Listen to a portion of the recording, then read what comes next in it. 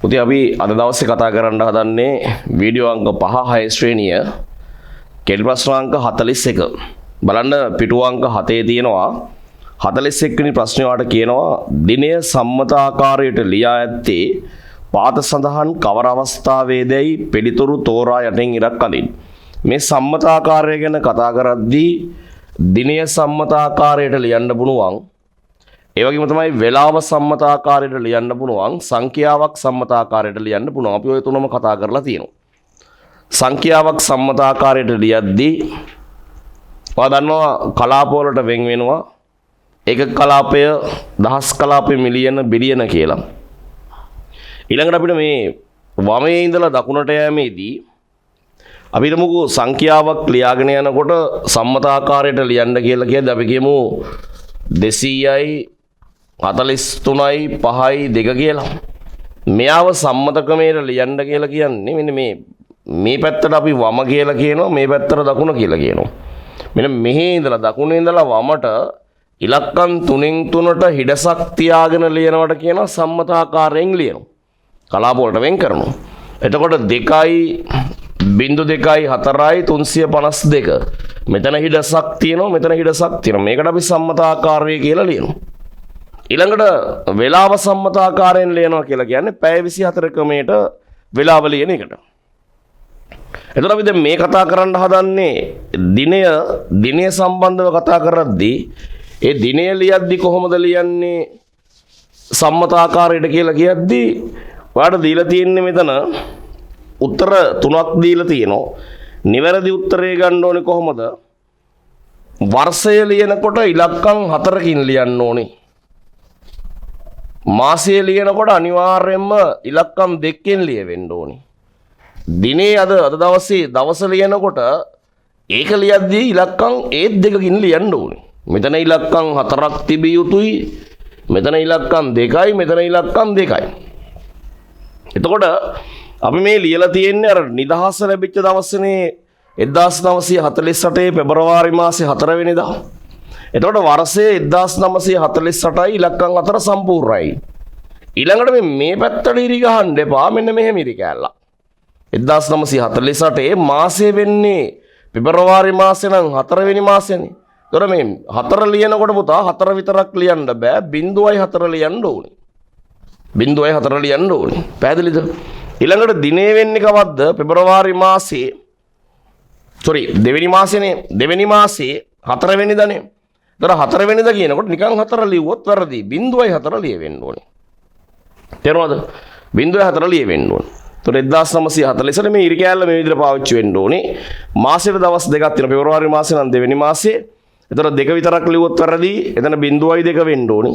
මෙතන 0.4 වෙන්න ඕනේ. මේ තමයි සම්මත ක්‍රමයට දිනේ ලියන විදිය. එතකොට මේකේ උත්තරය කවුද බලන්න?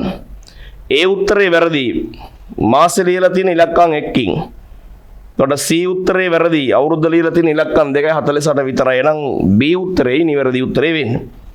අපි යනවා ඊළඟ ප්‍රශ්නෙට අංක 42. 42 වෙනි ප්‍රශ්නේ දාර 12යි සීර්ෂ පුතේ 8ක් කරගන්න. 5ක් නෙවෙයි. සීර්ෂ 8ක් කරගන්න. 42 ප්‍රශ්නේ දාර 12යි සීර්ෂ 8යි ඊළඟට මුහුණත් 6යි. මුහුණත් 6යි. දාර 12යි සීර්ෂ 8යි මුහුණත් 6යි. මේ තියෙන ඝන වස්තුවේ ඔය අහනවා මුහුණත් වල හැඩය සමචතුරස්‍රාකාර වූ ඝන වස්තුවේ නම ලියන්න. ඔයාලා අපි කතා කරන්නේ ඝන වස්තු කීයක්ද කතා කරේ? අපි කතා කරනවා ඝනකයේ සම්බන්ධව කතා කරනවා. ඝනකයේ සම්බන්ධව. ඊළඟට අපි කතා කරා ඝන කාභය සම්බන්ධව. එතකොට මේකේ මුහුණත් ශීර්ෂ ගණන දාර ගණන මේ දෙන්නගේ සමානයි. ඊළඟට අපි කතා කරා චතුස්තලයේ සම්බන්ධව.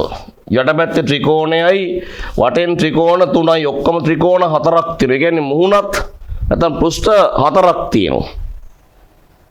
එතකොට මේ තුන් දෙනා ගැන කතා කරද්දී මේ දාර 12ක් තියෙන, ශීර්ෂ 8ක් තියෙන, මුහුණත් 6ක් තියෙනවා. මේ ඝනකයක් ගද්දිත් එයාගෙත් මුහුණත් 6ක් තියෙනවා. හරි. උඩ පැත්තේ යට පැත්තේ මේ දෙපැත්තේ මේ දෙපැත්තේ. ඒතකොට 6යි. ඒ විදියම තමයි ඝනකාභේද. මුහුණත් ගණන 6යි දෙන්නගෙම. ඒ වගේම තමයි ශීර්ෂ ගන්නකොට මෙයාගේ යටෙන් ශීර්ෂ 4යි උඩින් ශීර්ෂ 4යි.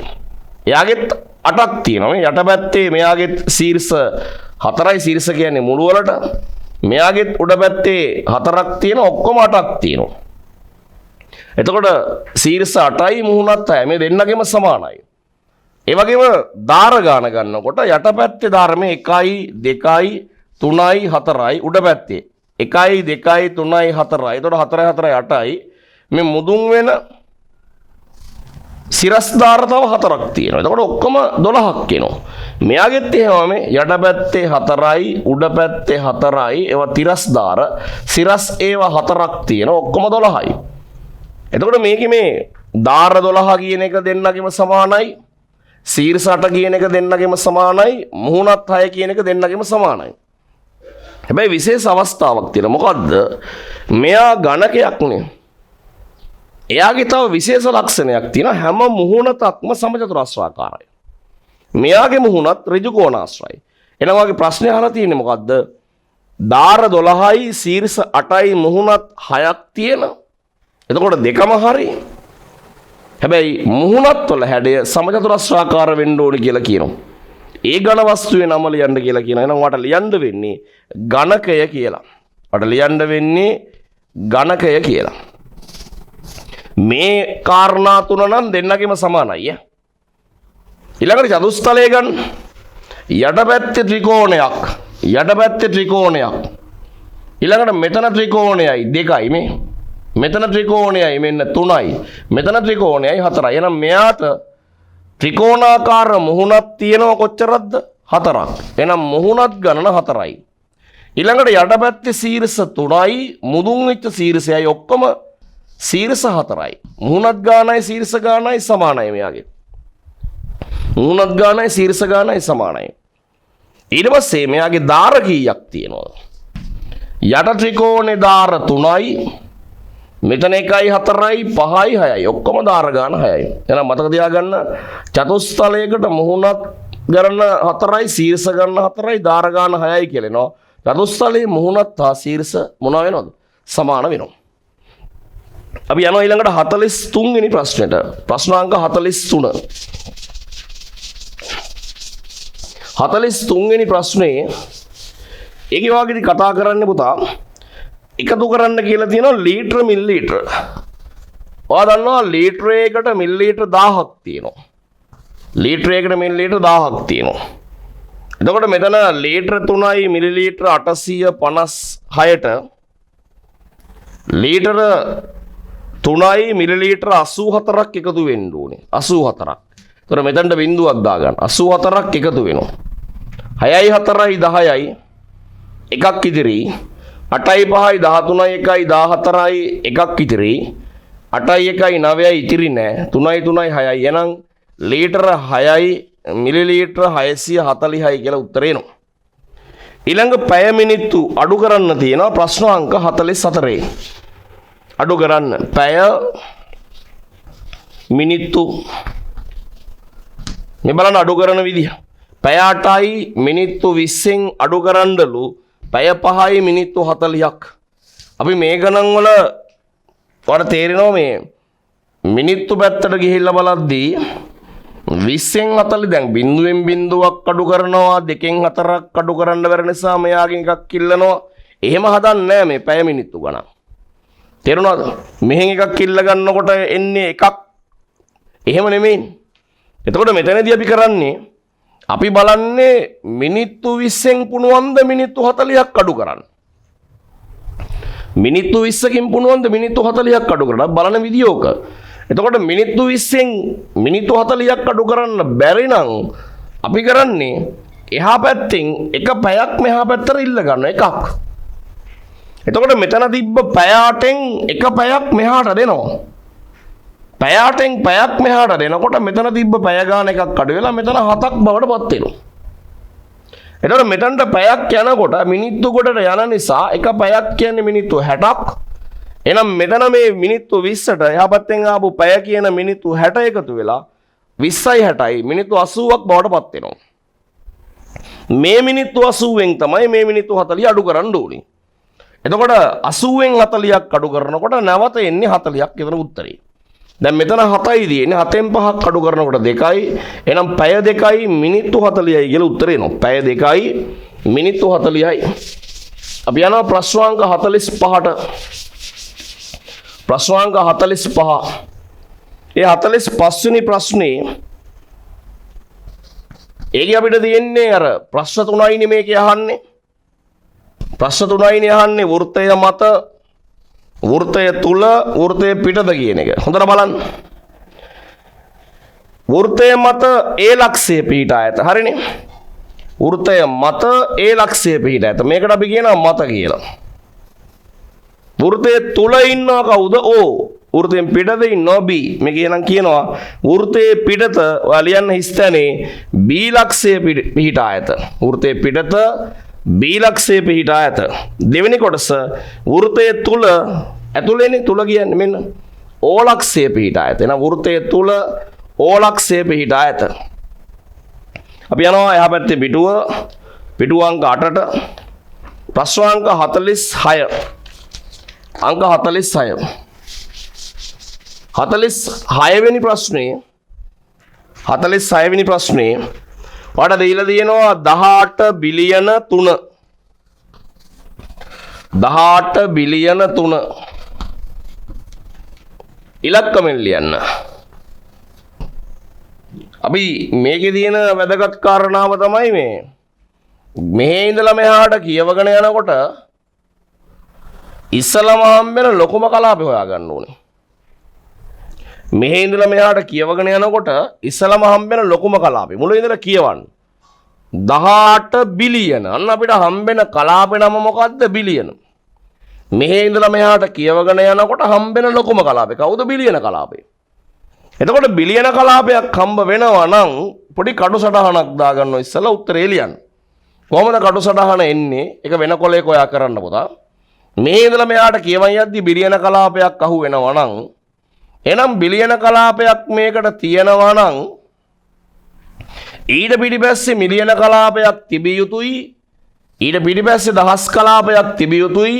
ඊට පිටිපස්සේ තව ඒක කලාපයකුත් තිබිය යුතුයි.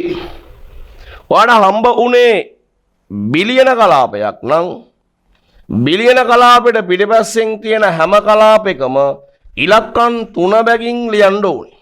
ඒක පිරෙන්නම ඕනේ. බිලියන කලාපේ කවුද ඉන්නේ? 18 බිලියන. එහෙනම් මේකේ ඉන්නේ 18. බිලියන කලාපේ ඉන්නේ 18. මේ 18 බිලියන කියද්දි මේ කලාපේ ඉන්නේ ඉලක්කම් 2යි 18 විතරයි. එහෙනම් මේ උත්තරේට 18 බිලියන 3 කියන කෙනාට මෙතන ඉලක්කම් 2යි මෙතන ඉලක්කම් 3යි මෙතන 3යි මෙතන 3යි මෙතන 9යි 10යි 11යි ඉලක්කම් 11ක් උත්තරේට ලියවෙන්න ඕනේ. දැන් මේක කියවගෙන යන්න. මේක කියවන් යනකොට ඔයාලට තේරෙනවා බිලියන මේ 18 බිලියන කලාපේ කවුද ඉන්නේ? 18. ඔන්න ලිව්ව 18. ඉලක්කම් 2 හරි. 18 බිලියන 3 මිලියන කලාපයක් ගැන කියවෙන්නේ නැහැ. දහස් ගැන කතා කරන්නේත් නැහැ. 3 කියලා කියන්නේ ඒක කලාපය. එහෙනම් 3 කියලා කියනකොට ලියන්න වෙන්නේ ඒක කලාපය මෙන්න මෙයාගේ ඉස්සරහින්. එතකොට මේ සියලු දෙනා හිස් පුතා. එහෙනම් මේ කට්ටිය ඒ හැම කෙනෙකුටම බින්දු දාගෙන යන්න. එහෙනම් උත්තරේ වෙන්න ඕන කොහොම? තේරුණාද? උත්තරේ ලියද්දී අපිට ලියන්න වෙන්නේ කොහොමද? 18 බිලියන ඉතිරි කලාප ඔක්කොම බින්දුව වලින් පිරෙනවා. 0.03. ඔන්න ඕක තමයි උත්තරේ. 18 බිලියන 3. පැහැදිලිද? අපි යන් ඊළඟ ප්‍රශ්නෙට.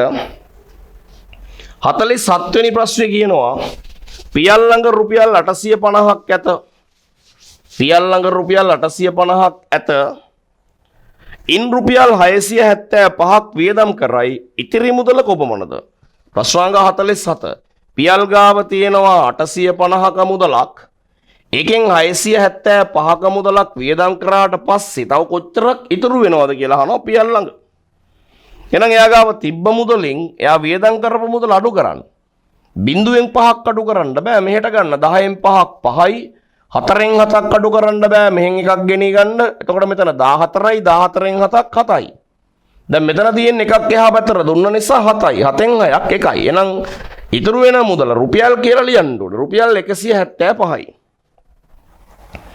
ඊළඟ ප්‍රශ්න අංක 48 ඔයාලට කියනවා 77 ආසන්න 10 ගුණාකාරයට වට යන්න.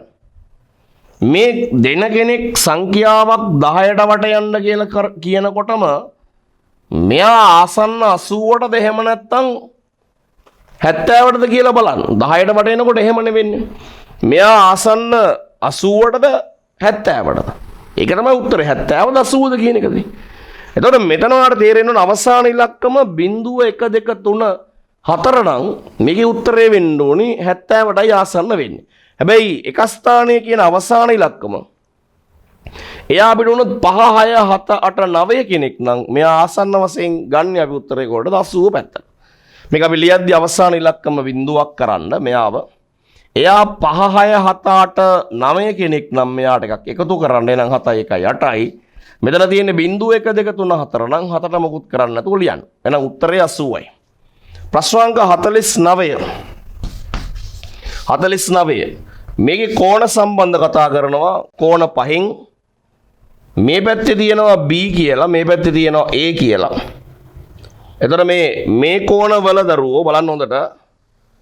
මේ කෝණ දෙක නම් කරලා තියෙනවා නිවැරදිව කවුද තියෙන්නේ කියලා අහලා තියෙනවා. A කියන්නේ සුළු කෝණයක්, B කියන්නේ මහා කෝණයක්. කොට එක පැහැදිලිනේ. A කියන්නේ සුළු කෝණයක් අංශක 90 නැත්නම් ඍජු කෝණයට වඩා කුඩා වෙච්ච කෝණයක්. B කියලා කියන්නේ ඍජු කෝණයට වඩා විශාලයි, සරල කෝණයට වඩා කුඩා වෙච්ච කෝණයක්. එහෙනම් මෙයාට කියනවා සුළු, මෙයාට කියනවා මහා. එහෙනම් උත්තරේ එන්න ඕනි A කියන්නේ සුළු, B කියලා කියන්නේ මහා කෝණයක් කියන එක. ඒ උත්තරේ තියෙන්නේ කාගේද බලන්න. ඒක තියෙන්නේ තුන්වෙනි කොටසේ. A සුළු කෝණයකි, B මහා කෝණයකි. අපි බලමු 50 වෙනි ප්‍රශ්නේ මේ වීඩියෝ එකේ අවසාන ගාන. ප්‍රශ්න අංක 50. ප්‍රශ්න අංක 50 තියෙනවා බලන්න. ඔයාලට කතා කරනවා මේ දිශාව සම්බන්ධව ලේසි ගානක් 50. දීලා තියෙනවා මෙහෙම බලන්න. මේ පැත්තට යට පැත්තට මේ පැත්තට.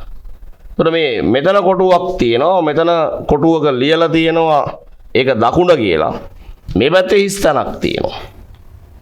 එතකොට මේක දකුණලු. ඔයාලට මේකේ තේරෙනවනේ මේ ටික ඇඳ ගන්න හරියට පිළිවෙලට ඕම. ඔය කොහමද දෙන්නේ? මෙතන මේ උපුල් ඊළඟ නැවෙන්නේ ඒක පාවිච්චි කරන්න. මෙතන එහෙනම් නැගෙනහිර කියලා ලියන්න. ගිහින් ධම්මිනිදිද මෙතන නිරිත.